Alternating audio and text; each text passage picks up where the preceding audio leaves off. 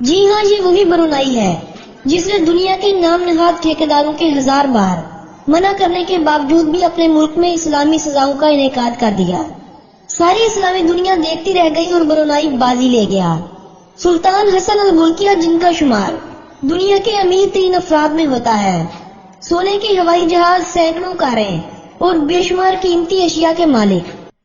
دوستوں، برونائی کی تاریخ کے بارے میں جانیں تو ہمیں معلوم ہوتا ہے کہ اس جزیرے یعنی اس ملک میں لوگوں کا بساؤ 682 عیسوی میں ایک بدھسٹ ریاست سری وجایا کے دور حکومت میں ہوا تھا۔ اس وقت اس جزیرے بورنیو کو پونی کہا جاتا تھا، جو آج 3 ممالک کے درمیان بٹا ہوا ہے۔ 12ویں صدی میں اس ریاست نے پھیلنا شروع کر دیا، یہاں تک کہ 1225 میں ایک چینی نمائندے نے اپنے ملک میں یہ اطلاع بھیجی تھی کہ اس جزیرے پر 1000 بحری جہاز حفاظت کے لیے موجود ہیں۔ اس بات میں کتنی سچائی ہے یہ تو نہیں معلوم، لیکن اگر ہم اس خطے میں موجود معدنی دولت کا اندازہ لگائیں تو اس بات سے انکار کرنا بھی ممکن نہیں ہے کہ اس ریاست کی حفاظت کے لیے بحری جہاز کھڑے ہوں گے، کیونکہ اس جزیرے پر سونے چاندی کی بہتات تھی۔ 13ویں صدی کے دوران ہی پونی کو ماجا پہاڑ کی ریاست کی ذیلی ریاست بنا دیا گیا۔ اس عرصے کے دوران اسلام اس خطے میں پھیل چکا تھا۔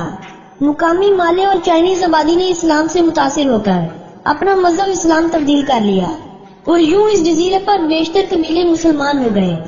اسلام اس خطے میں چین، عرب اور بھارتی گجرات سے آنے والے تاجروں کے حسن سلوک کی بدولت پھیلا تھا۔ 1457 میں سید ابو بکر امیرن یعنی شریف الشام نے ایک اسلامی سلطنت کی بنیاد اس خطے میں رکھی۔ اس سلطنت کو بحیرہ سولو کے نام پر سولو سلطنت کہا جانے لگا۔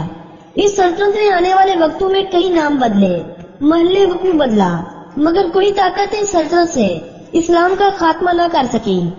1578 میں ایک ہسپانوی سیاح الفونسو بیلتران نے اپنے سفر کے دوران بورنیو جزیرے پر ایک 5 منزلہ عمارت دیکھی۔ اس نے واپس اپنے ملک جا کر اس علاقے کے بارے میں بتلایا۔ یہ وہ دور تھا جب اسپین سے اسلام کا خاتمہ ہو چکا تھا، مگر ہسپانوی سلطنت اپنے عروج پر تھی۔ ہسپانوی فرمانرواؤں نے اسپین سے 400 فوجیوں کو وہاں بھیجا، جنہوں نے 300 کے قریب غدار بورنیو جبکہ 1500 نوجوانوں کو فلپین سے بلوا کر اچانک سے دارالحکومت پر قبضہ کر لیا۔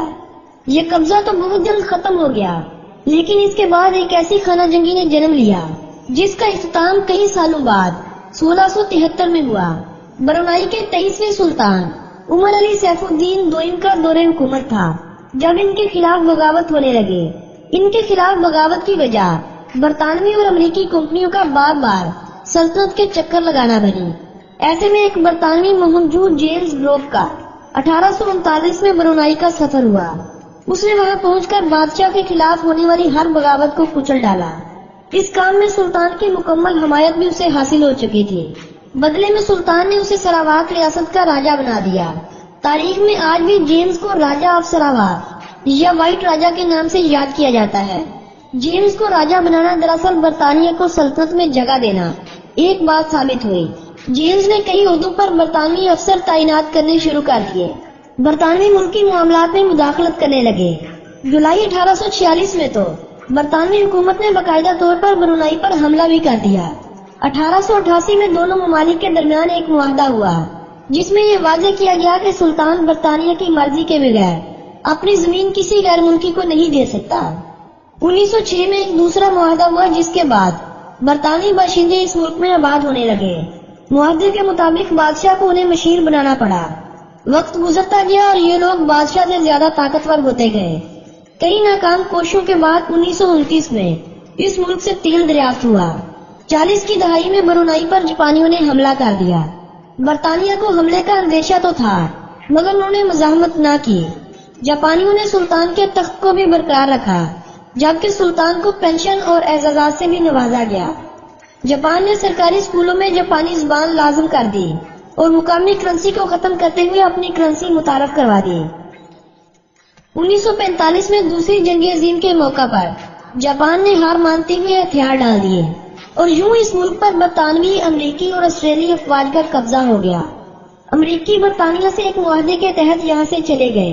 اگلے سال 1946 میں برطانیہ اس ملک کو چھوڑ کر چلتا بنا، مگر برطانوی فوج میں کچھ ایسے لوگ بھی شامل تھے جنہوں نے دوسری جنگ عظیم میں حصہ لینے کی غرض سے آنے والے آسٹریلوی فوجیوں کو ساتھ ملا کر ایک فوجی حکومت قائم کر لی۔ اس دوران برونائی کو خود مختاری حاصل تھی، مگر وہ برطانوی افواج کے ماتحت سمجھے جاتے تھے۔ 1967 میں سلطان حسن البولکیہ ملک کے سلطان منتخب ہوئے۔ 1959 میں ایک معاہدہ ہوا جس کے بعد دفاع اور خارجہ امور برطانیہ کے پاس تھے، باقی سب کچھ برونائی کو دے دیا گیا۔ تاہم سلطان نے آزادی کے لیے اپنی کوششیں جاری رکھی۔ 1971 میں سلطان حسن البولکیہ برطانیہ گئے اور 1959 میں کیے گئے معاہدے میں تبدیلیاں کروائیں۔ یہ وہ دور تھا جب دنیا میں اسلامی حکمرانوں کی بات زیادہ سنی جا رہی تھی۔ تمام اسلامی ممالک نے برونائی کا ساتھ دیا اور برونائی سے تعلقات قائم کر لیے۔ 1983 کی آخری رات برونائی کی ہر مسجد میں لوگوں کا ہجوم تھا۔ رات بھر مساجد میں خصوصی دعاؤں کا اہتمام کیا گیا۔ 1984 کی پہلی صبح نماز فجر سے پہلے سلطان نے ملک کی آزادی کی خبر سنا کر سب کو حقیقی آزادی کی نعمت سے نوازا۔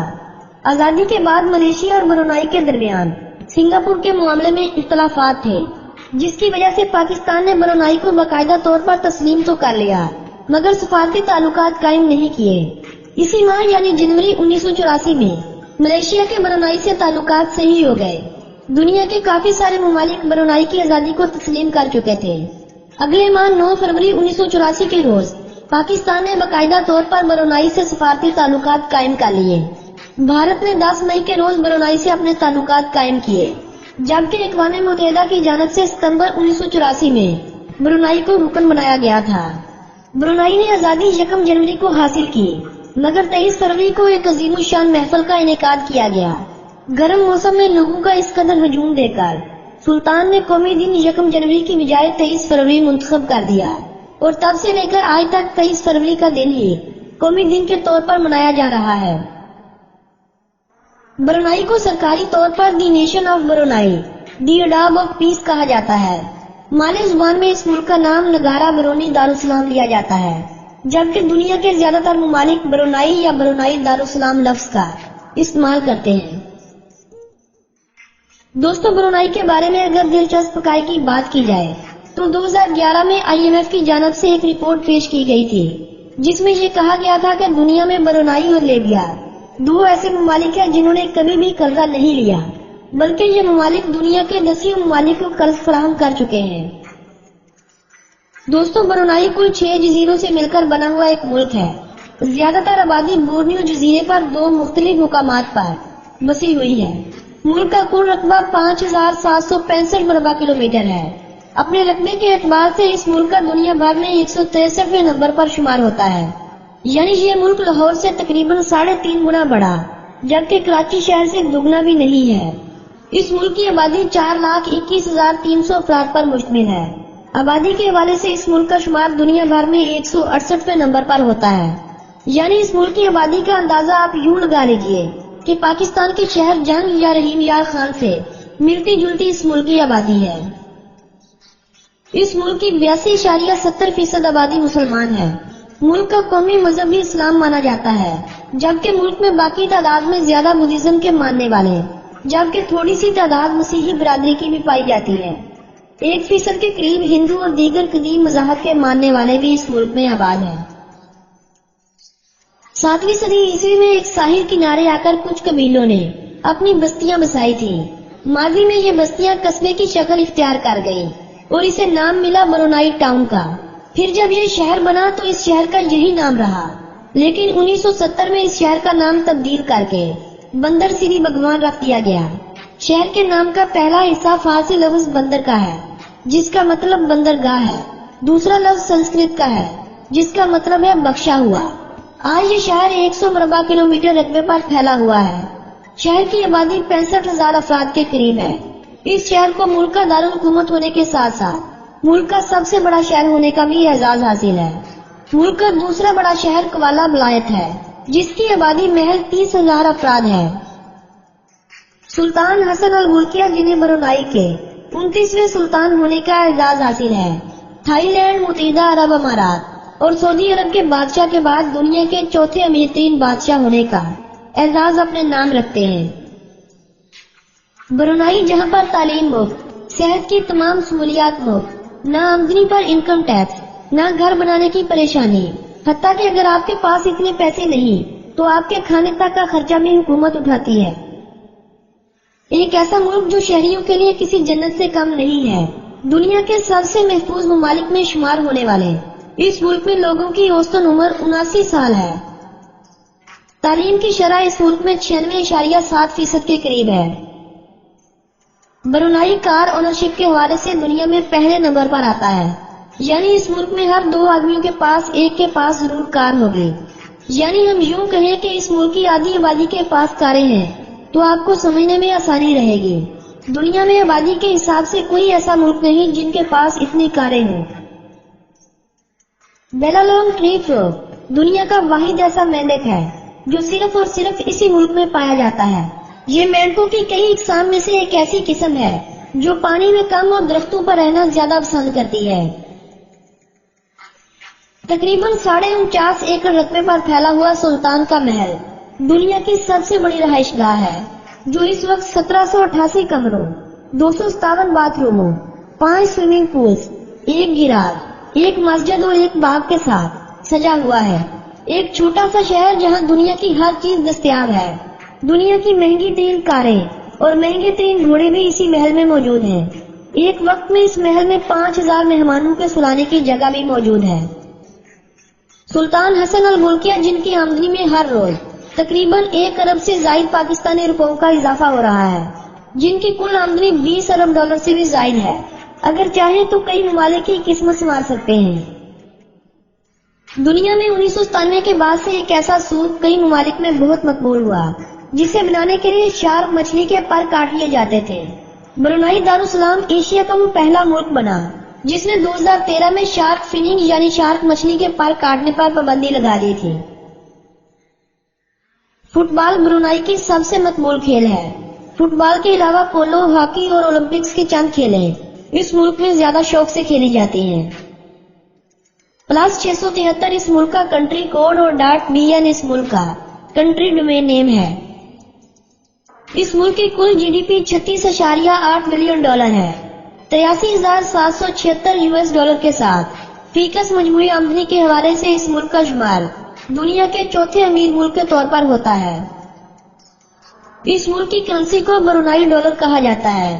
1967 کے بعد سے اس ملک میں اس کرنسی کا استعمال ہو رہا ہے۔